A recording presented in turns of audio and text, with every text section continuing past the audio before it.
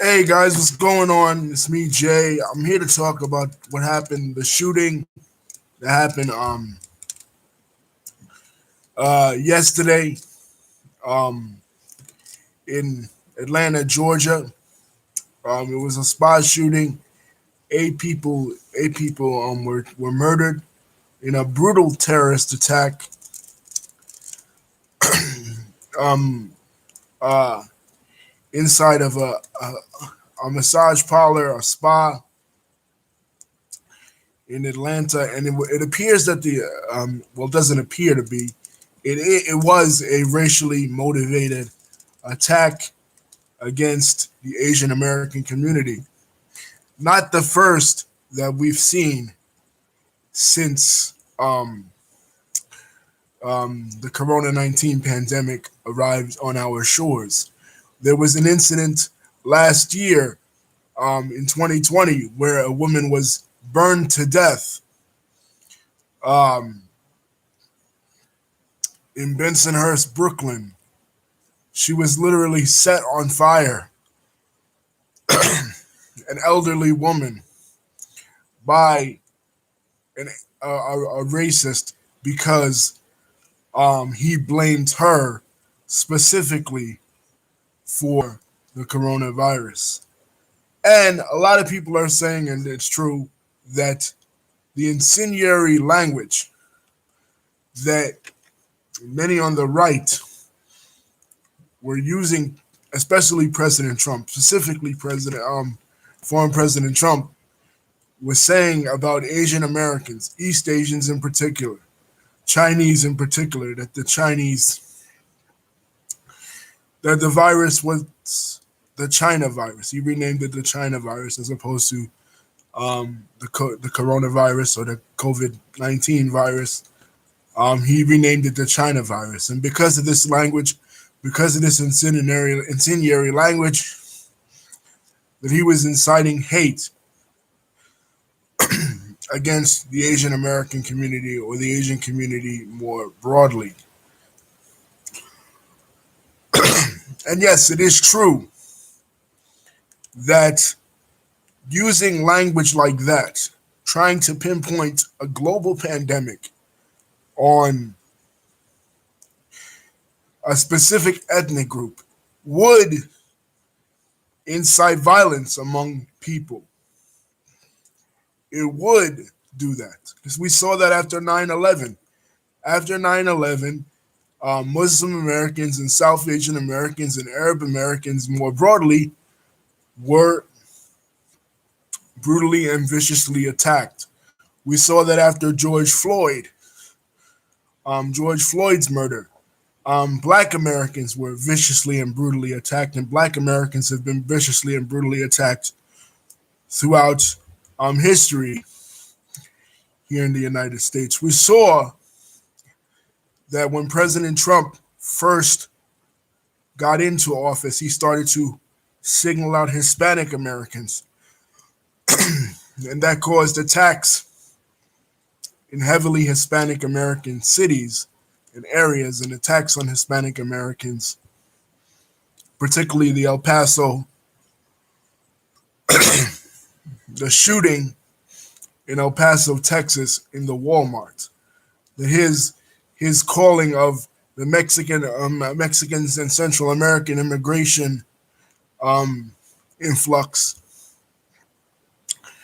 him calling them rapists and murderers, incited white supremacists to want to attack this heavily Hispanic American city in El Paso, Texas, in 2019. So this kind of language, this kind of divisive language, this kind of incendiary language, be it against Muslims, be it against Black Americans, or in this case, Asian Americans, and even Jews. We saw twice in 2018 attacks and brutal murders in the Tree of Life Synagogue in Pittsburgh, Pennsylvania, and the Poway shooting in San Diego, California. So with this incident in um, Atlanta, Georgia, and the way the media is covering it, they're trying to say that it wasn't a racial attack. It was absolutely a racial attack. It's on the level with what Dylan Roof did in the church shooting, which was a racial attack. 2015, I talk about it in my 2010s review, and the 2018 synagogue shooting and the 2019 mosque shooting in New Zealand. When you signal out a specific ethnic group because of a global problem and you cause them to be the scapegoats for this problem, you will get racial attacks. You will get um, um, rhetoric will become reality. They signal out the Jews in Germany, and we got the Holocaust. They signal out the Tutsis in Rwanda, and we got the Rwandan genocide. They signal out the Muslims in Bosnia and Kosovo, and we got those two genocides. They signal out black people in Darfur, and we got those that genocide. They've been signaling out black people in America for 400 years, and we got that genocide.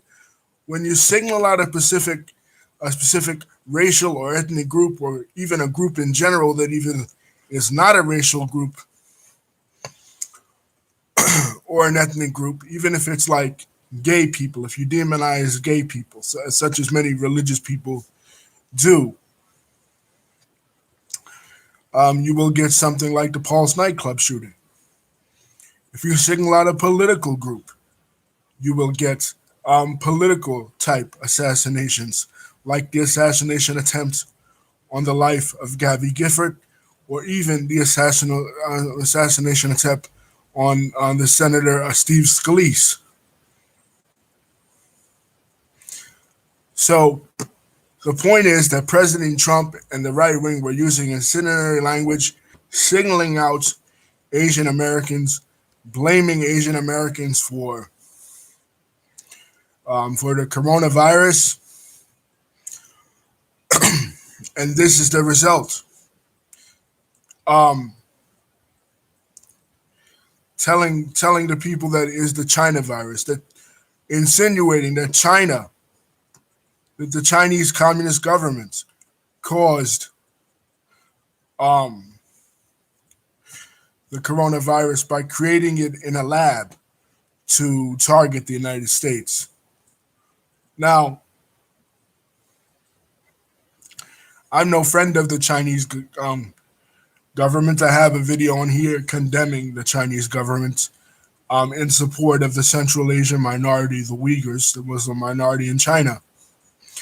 And I'm very disheartened to learn that the Chinese government, the China itself, the country, has signaled out um, African immigrants and in the Guangzhou province of southern China, blaming them in the same way that um, the American government is blaming the Chinese and signaling out Asian Americans. Asians, or the Chinese specifically, are signaling out um, black immigrants for violence and deportation, and blaming black immigrants for the coronavirus. So we see that this disease, this disease of racism and xenophobia, is not unique to America. It's not unique to Western society.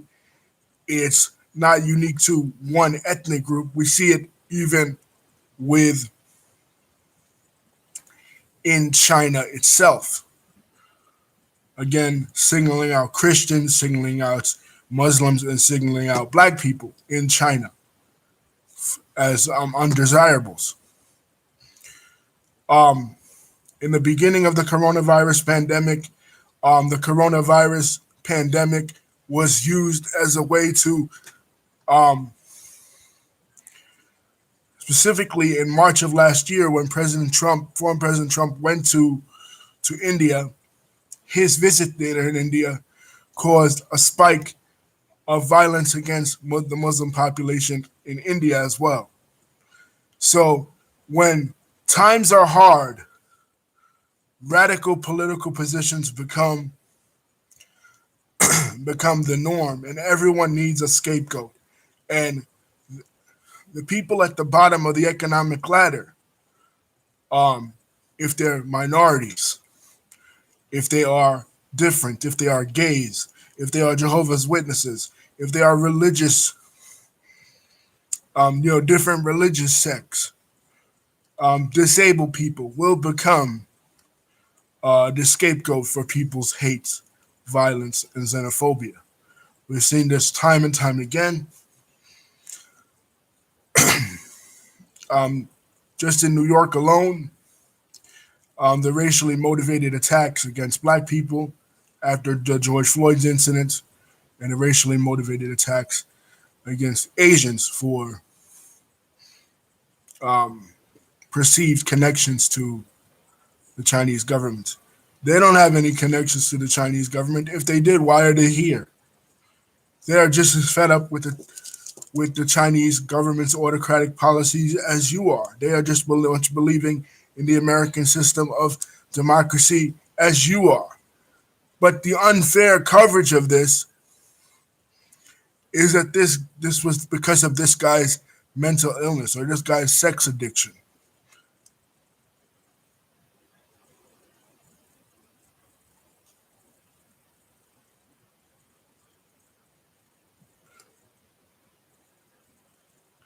Well, yeah, Lisa, you're absolutely right. I was just gonna bring that up, and that's another thing. The attack wasn't just racially motivated. The attack was sexually motivated. It was also an attack against women, and this is something that we've also seen in the 2010s. Go back to my 2010s video in my archive when I talk about the rise of the incel movement and the incel movement and how it's connected to the 2019's movie The Joker. The incel movement is a movement against women. It is a violently extremist, sexist movement against women in which certain men feel that they are discriminated against because of their looks, so they perpetuate violence against women, and they go to these female establishments.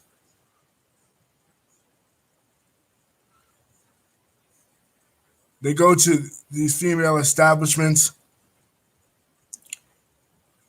and they attack women. Lisa is saying that she feels that it's bullshit that he had a sex addiction and that he was an incel. She doesn't feel that he was an incel, and that it was not part of the incel movement, like the Parkland shooting or like um, the Elliot Rodgers shooting in 2014. That it was not because he was an ugly man and that he couldn't find a girlfriend and he was sexually frustrated or anything of that nature. That is complete bullshit. And she is entitled to her opinion. She is entitled to believe as she wants to believe. Um, that it wasn't that. I think it was a sexist attack too. It wasn't just racism. It was sexism motivated as well. Because I mean, let's face it. People look at these Asian massage parlors as places where they can have what they call a happy ending. Places where they can be jerked off and possibly have sex with these women that work there. And the violence um, against sex workers is astonishing too. So, but Lisa does not believe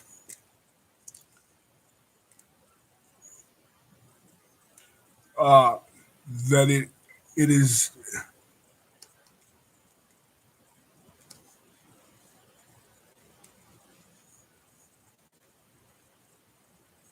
She said if he was a black man, the cops would have shot him. Yeah, well, that's obvious. I mean, it's just like when this Capitol, we know that there is white supremacy at play in this country, but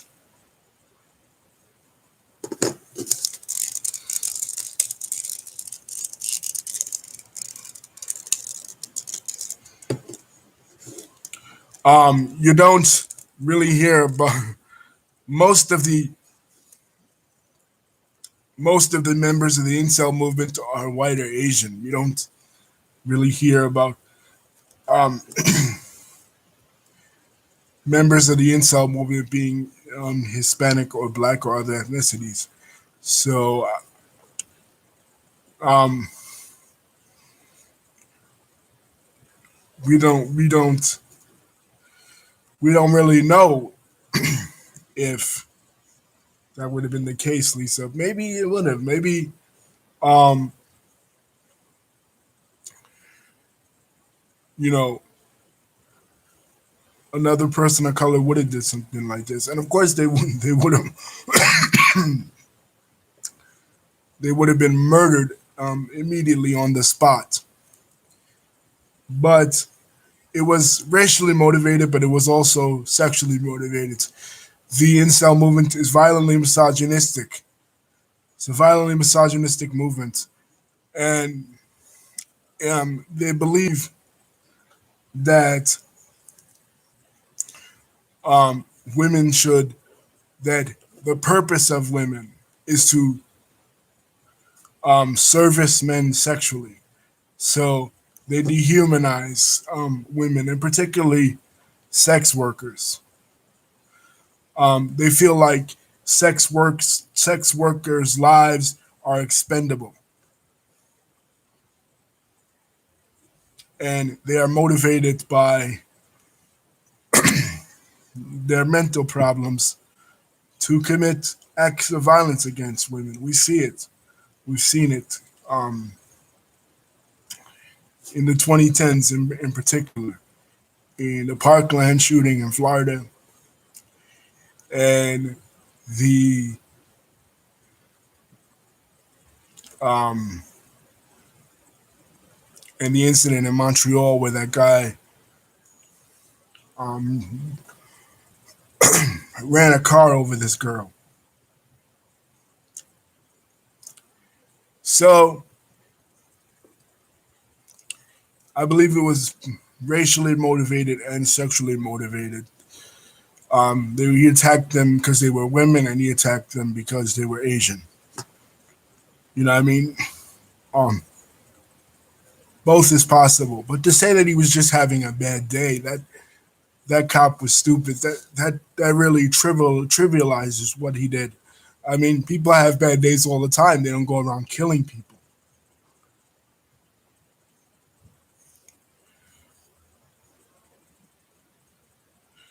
You know what I mean?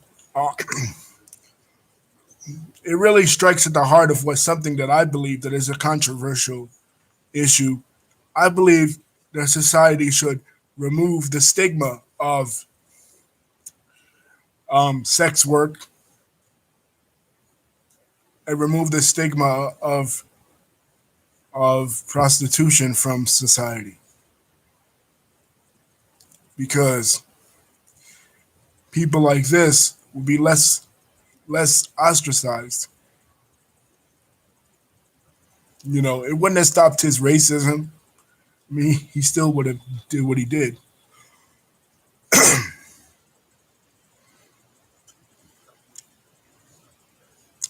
But um,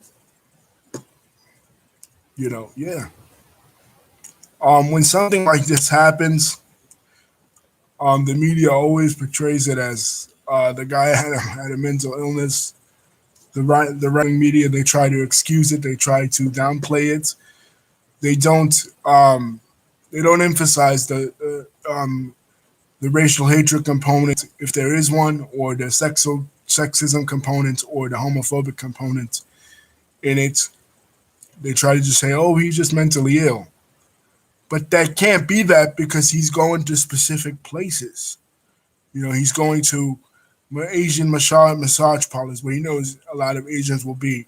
He's going to a mosque, or he's going to a synagogue, or he's going to a black church, or he's going to a Sikh temple, like in Wisconsin in 2012. Um, so if he's going to these specific places, he or she was never a she, but he or she is motivated by hatred of some sort. You know what I mean? Anti-Asian, or anti-black, or anti-Semitic, or um, anti-woman.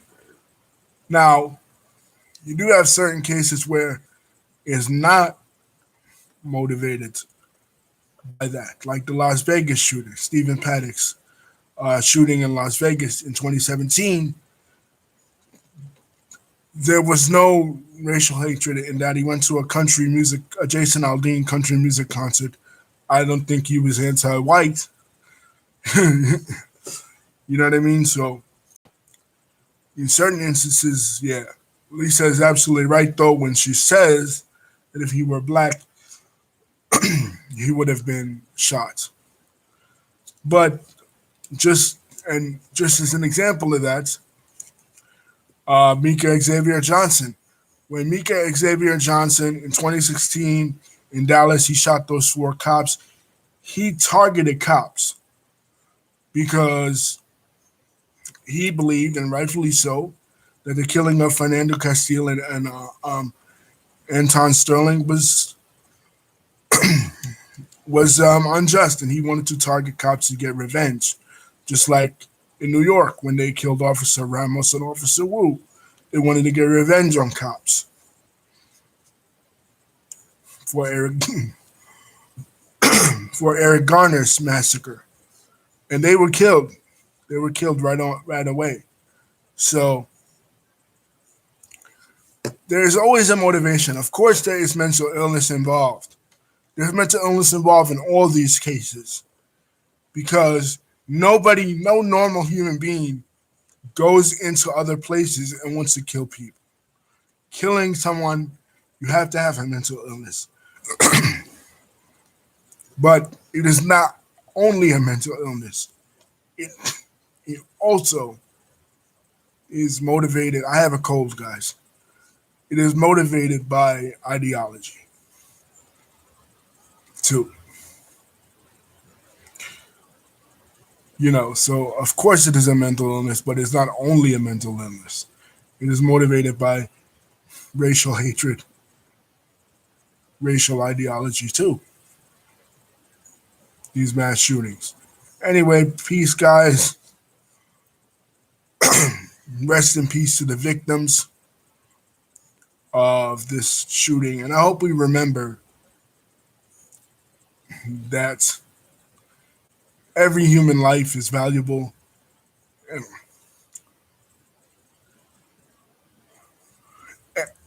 And that no human life should be trivialized, and nobody should be discriminated against because of the color of their skin, their political ideology, or where they come from. Don't forget to like and subscribe and hit the like button and the notifications bell for to see my next video. Peace.